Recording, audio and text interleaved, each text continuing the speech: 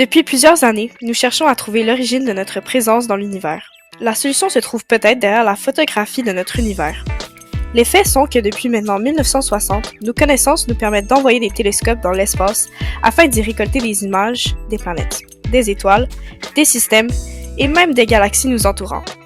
Voici maintenant quelques télescopes importants qui ont, par leur découverte et leur avancement technologique, permis au fameux télescope spatial James Webb de devenir le plus puissant de sa génération. Le développement, le long cheminement de son déploiement, ainsi que les caractéristiques et les secrets derrière les instruments utilisés dans le télescope spatial seront abordés dans cette présentation. Le grand-père de James Webb, le télescope spatial à sujet de notre étude aujourd'hui, est le télescope spatial Spitzer.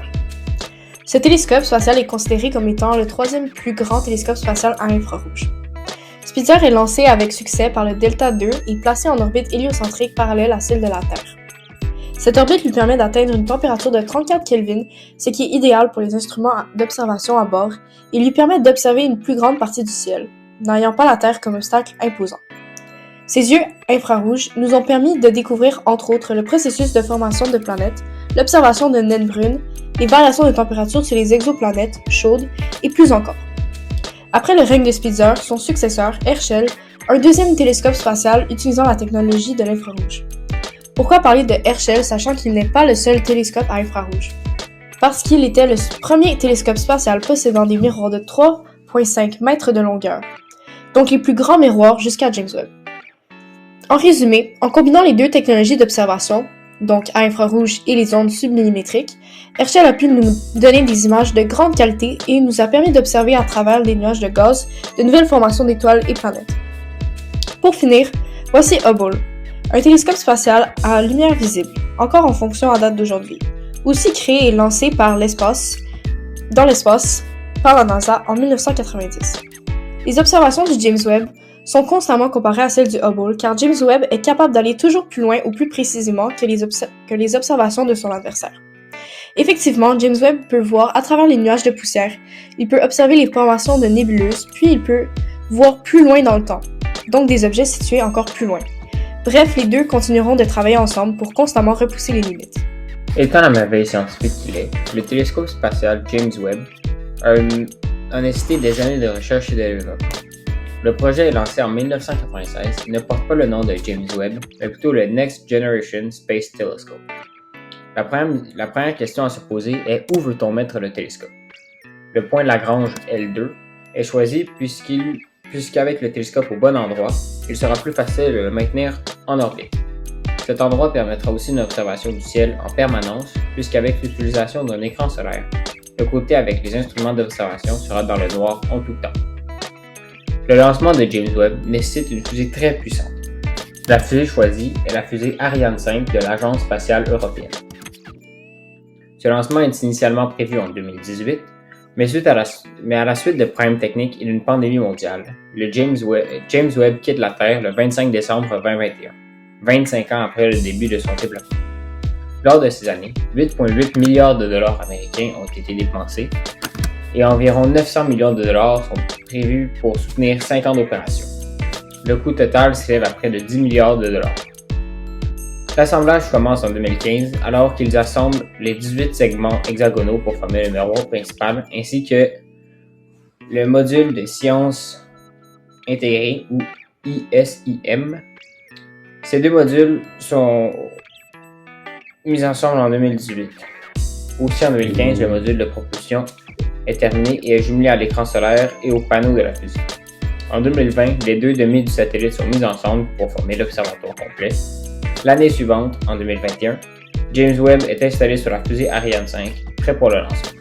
Toutes ces années de recherche et tout l'argent investi ne serviraient à rien si James Webb ne se rendait pas à destination comme prévu.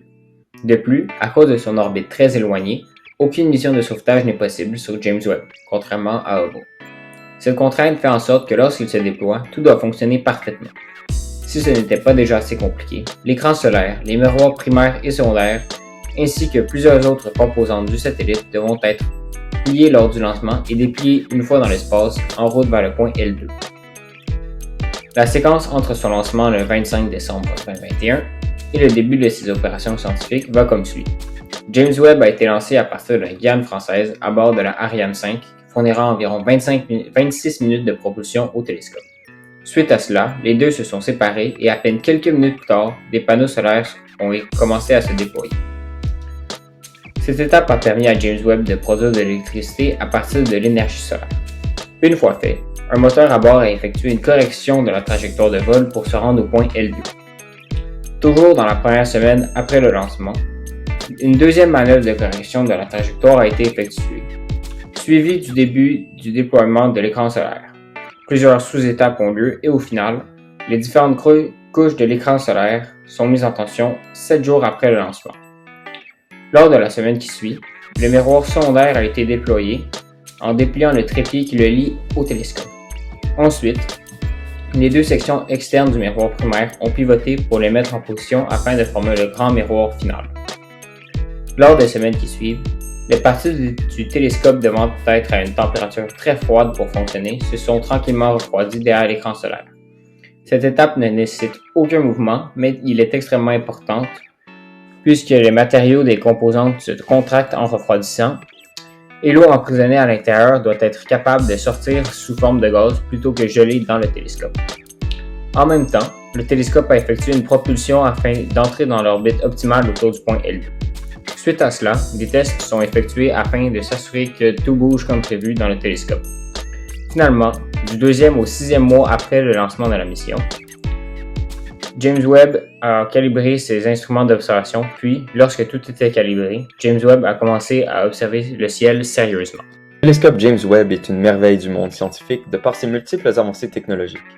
En effet, il contient des caractéristiques que jamais auparavant nous n'avions vues, ni même pensées. Les ingénieurs de la NASA, de l'ESA et de l'ASC ont dû se creuser les méninges pour que toutes les composantes du télescope fonctionnent à l'unisson. Débutant par la pièce maîtresse du James Webb, l'écran solaire est grand comme un terrain de tennis. Celui-ci permet de bloquer les radiations du soleil afin de garder le télescope assez froid pour fonctionner.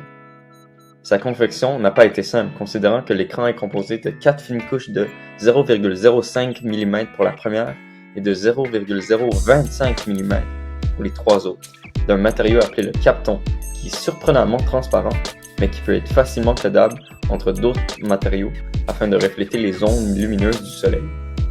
Dans ce cas-ci, le Kapton a été codé en aluminium pour toutes les couches en ajoutant une fine couche de silicone sur les 2 couches les plus près du soleil en donnant une allure rosée.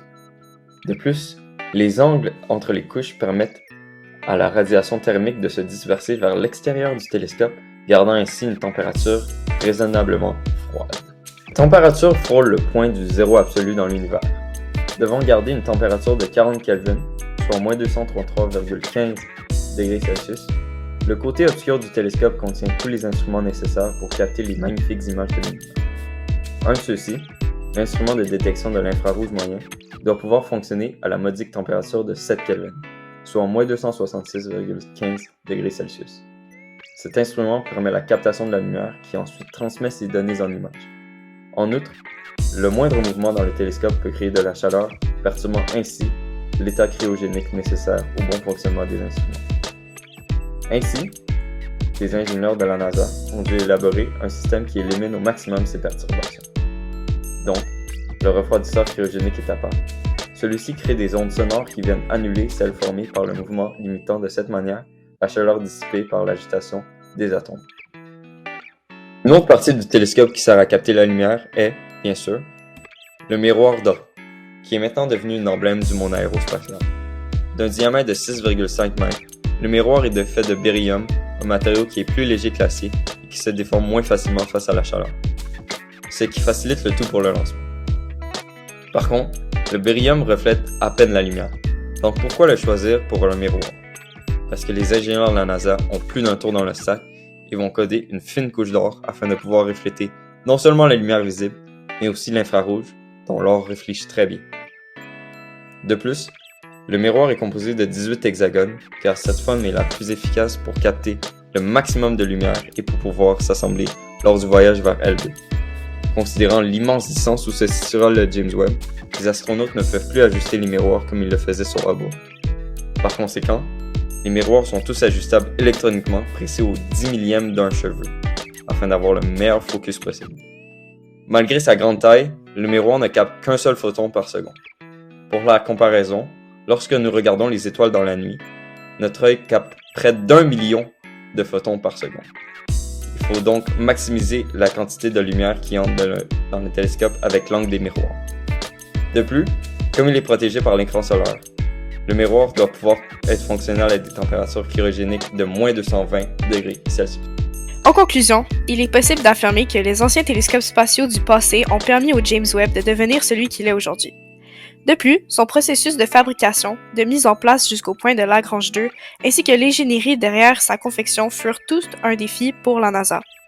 Voilà pourquoi nous pouvons littéralement l'appeler une merveille du monde scientifique. Voici 2 images les plus marquantes et les plus impressionnantes que le James Webb nous a envoyées jusqu'à présent. Le Deep Field est l'une des images marquantes du James Webb, non pas parce qu'elle est remplie de couleurs, mais car elle prouve la théorie de la relativité, l'espace-temps, d'Albert Einstein. Une autre chose marquante est le fait que Hubble a dû attendre 14 jours afin d'avoir une résolution semblable, mais moins bonne, alors que le James Webb a pris 12 heures. The Pillars of Creation est l'une des photos les plus connues du James Webb. En effet, sa beauté est irréprochable, mais elle nous montre aussi de nouvelles formations d'étoiles dans cette région de gaz long de 10 années-lumière, appartenant à notre galaxie, la Voie lactée.